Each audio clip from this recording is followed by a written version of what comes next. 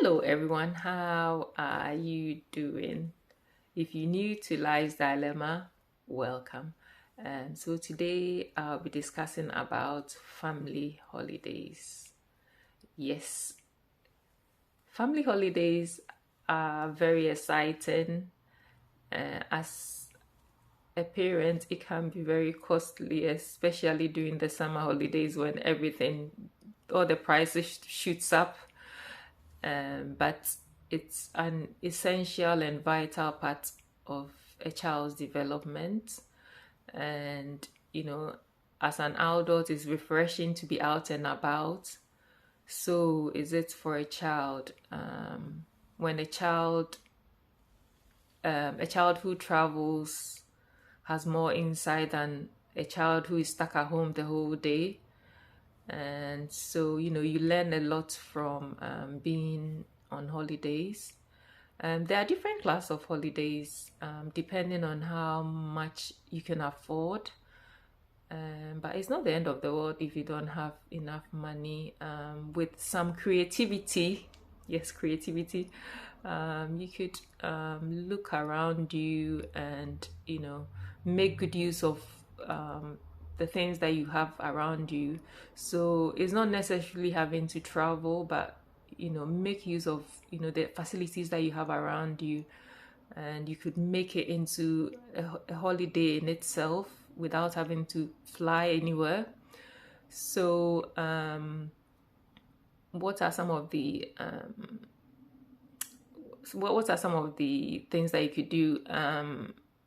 There are theme parks, leisure centers that you could go to. The leisure centers, you could have some ice skating or skating, bowling, leisure swimming, hair hop. You could also go to these theme parks around you, and children, they are not too fussy. It's provided you have a quality time with them, they would be happy with it. And also with these day trips, what you could do, you could go very early in the morning and spend the whole day at the place. And you could also do some walk on the lake, which we tend to do as a family. And so what we do is during the summertime, we walk by the lake, and it was about 6 miles that we walked, and we went past 3 towns, and it was so refreshing and nice. We just walked all the way to 3 towns, and then we saw a lot of people with their homes, beautiful homes, and it was so nice. And this didn't cost that much, and we took a train back home anyway because my legs were tired. And so these are some of the things you could do. You could do fruit picking. So fruit picking, basically, you could check what you have. Fruit picking is a place where some farmers have done some fruits, and what they do is when they're going to harvest it, they allow children and adults as well to come in and pick their own fruits, and then they pay for it. And it was very exciting to see the children pick strawberries and apples and all these little fruits and vegetables as well, so carrots and things, and they see how where it's coming from. So, and that could be also an exciting time. So all these I've mentioned so far are day trips, but what you could do, you could incorporate it in the way that if maybe it's a bit far away from you, you could do a day trip with it. And then if you want, you could have a bed and breakfast and then continue to another place depending on how far away it is from your place. But if it's not far, you could just go early in the morning and then come back, and then the next day you go somewhere else. But if it's further away, you could do a bed and breakfast somewhere, or even camping if you're into camping, and then move on to the next place. So these ones I've just mentioned doesn't cost anything, and you haven't traveled, you're just in the same area, you're just making use of the resources that you have. So you could just Google the area you live in and find out what activities they've got, and make good use of it. Also, it would be good to let your children plan some of the activities, the food you're going to eat, what time you have to go, and it's good for these little children to also plan these day activities for them. And also with the theme parks, find out with them what best activities they want, and then you could do a fast track. So maybe at least fast track at least 3 of the activities that they like a lot, so that you're not queuing a lot. But what I've also realized is that if you do these trips outside the main summer holidays, it doesn't tend to be very crowded, like when maybe you take a weekend, which is a school term, or maybe a day that the school are going on a teacher's training or something. These odd days, which is not summer holidays, it tends to be more quieter, and you get a lot out of the time that you are in these theme parks. But when you go during the summer holidays, it's like everyone is at home, and it gets too crowded. And if you have to go during the summer holidays, it's advisable to join the fast track. The fast track is basically you pay some extra money so that you can jump the queue. They have their own queue, the fast track, because they paid a bit of money, and then they are able to go ahead of the queue. The non-fast track takes a long time, so at least to get the best out of the day, you would do at least 3 activities that the child like, and then just do 3 of them fast track, and then the rest you can queue, so at least they get the best out of the ones that they want to they enjoy doing. If not, you'll be queuing the whole day. That's why I think I've come to realize that these Easter holidays, school terms, maybe weekends, or a day that the teacher are on training, it comes handy because it's more quieter at those times. And anyway, depending on where you live as well, you could just be creative and just find all the activities that you could find around where you live. So basically what I used to do when my children were young was I used to go back home a lot, and I thought, oh, these children are young, why should I go on holidays or other places? And I prefer to go back home and meet families who I've not seen for a while, have a good food and walk around, and then come back. And unknown to me, these children were not benefiting from it, because obviously there wasn't any intentional or structured plan for them. It's just, I thought, just go and walk around and come home and come back home and get some sun, that was all. And my daughter prompted me that they only go and see chickens and goats chicken, goats, and what else did she say? Chicken, goats, and sheeps. Yeah, that's what she said. And actually when they come back, the first day back at school, they asked them to write what they've done, and she said she kept on writing goats and sheep, and she's got tired of writing goats and sheep. Could you imagine? So I thought, okay then. So I think since she had mentioned that when she was a child, I made it very I tried to have a well-structured holidays that they would be able to learn something out of it. So it's not just about, so even if we went back home, nowadays there is what do you call it, there is a lot of resorts that they have activities that you could take your child there, go to different resorts, and plan your day around there. You could actually go around midday, sleep there, and then come back. If not, you could just go there, spend the whole day, have some lunch, and then come back. So there are a lot of creative ways of getting things done without spending too much money. So yeah, so even if we go back home, I make sure that they have another holidays which is well structured, so that they could get something out of it. The other thing is, if you want to travel abroad to another country, that's also good. So you could get your teenagers to plan for you, let them plan for the flight. If you want to have a transit is when you stop in another country.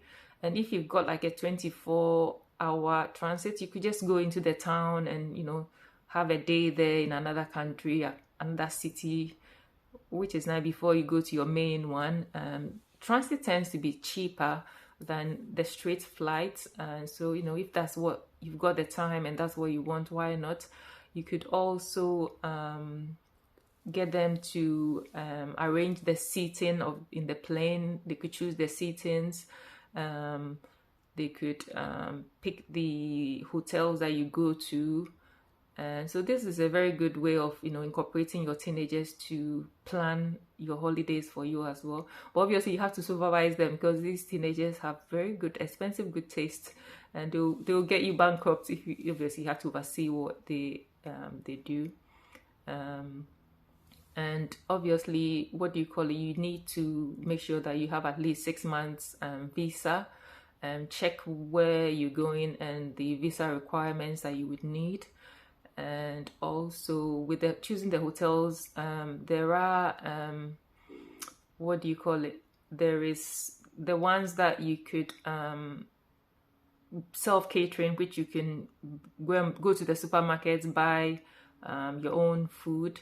I think it's advisable when you've got children to pick the self-catering instead of the hotels, because the hotels, you always have to go out and eat something. The hotels are good for like the breakfast, but then obviously you have to go out and eat, and when you come back and your children are hungry, then you get stuck. So except if you have snacks, then the hotels will be okay. But I think with children, it's more advisable, if there is self-catering, to have that one instead. And then you have the choice of going to the hotel in the morning if you don't want to cook, to eat some breakfast. So it gives you both worlds, that you can cook and also go to the canteen if there is some food that you prefer to eat as well. What else? The activities, everyone likes different activities. For instance, everywhere we have to go, I have this ritual, so I need to go and see the church in that area. I like these glass stains that they've got on these old churches. I have this life for just seeing these churches. So obviously, it has to be one of the things that I want to experience in different places. I also like art, so I would want to go to the gallery. Although my children I just could spend the whole day just being in a gallery, but it annoys my children. They just look at 2 pictures and they've had enough of it. So I think you should plan it so that it meets everyone's needs. My children want to, nice food and beaches and, the culture. That's what they like. So, So I think you have to incorporate what everyone like into the holiday, so at least everyone gets something out of it, what they like out of it. And also, what else? Make these holidays can be expensive. So I've also realized that if you go around Easter, or pick like a Friday, Saturday, Sunday, if maybe it's a holiday on Monday, you've got 4 days, and then you could take the 4 days of a mini holiday. And then during the summer holidays, you could just, instead of 2 weeks, you could do a week. So it cuts down the cost. You have to be creative here. So because the main summer holidays are, they double every prices of everything, because they know everyone is on holidays. So I think if you could do these mini breaks during Easter holidays or during school terms, but maybe they have a Friday off, and then you could do a Friday, Saturday, Sunday, and maybe if they have a Monday off, you've got 4 days for them to do a mini break. And those mini breaks, when it's not school holidays, are very cheap. So, if you could squeeze some in, it will save you a lot of money. And with these mini breaks, you could just take, a backpack with just take their school bag, and, there you go. there are towels and bed sheets in the hotel, so you don't need to take them. So if you just take a backpack and then take them, and you got you'd be as good as go to be ready to go with their backpack, so you don't even need a suitcase for that. Obviously it has to be age related. If they are teenagers you could do that, but if they are younger children, you probably need a proper suitcase to go with them. Yes, so holidays can be very, very exciting. Oh, you could actually go on a ferry as well. That's the other thing. You could do a day's ferry to another place. Just be adventurous and creative, and you could get a lot done. And do some little research on what activities you could go on, and what are accessible, what you can afford, and you could make a nice holiday out of a very tight budget if you plan well. And so yeah, this is what I have to say. I don't know if I've missed anything, but yes, I know what I've missed. When you go to these parks, yeah, the food there are very expensive, so try and, especially when you're going with younger ones, try and get some snacks for them. Make sure they eat before, because these children, when they go out, they will start getting hungry. So pack some snacks with you, because a pack of crisps might cost 3 times the price in these theme parks and leisure places. So yeah, have a lot of snacks with you so that they can live off it whilst you are there. So at least if they've eaten and they ate in the morning, they would got a lot of snacks to snack on, and then you could have a hot meal later. And obviously have an ice cream money as well. That is a deal breaker. If you don't have an ice cream money, they would frown the whole day. That's even the holiday, the day out will not be worth it. So please have some ice cream money, especially when they are children. They just have to see another child eating ice cream, and if you don't buy it, they'll frown the whole day. So yeah, just have some ice cream money as well. And yeah, so yeah, plan well. It's very refreshing and it's very exciting. So enjoy your holidays and just plan well and be creative about it. And stay blessed. Bye.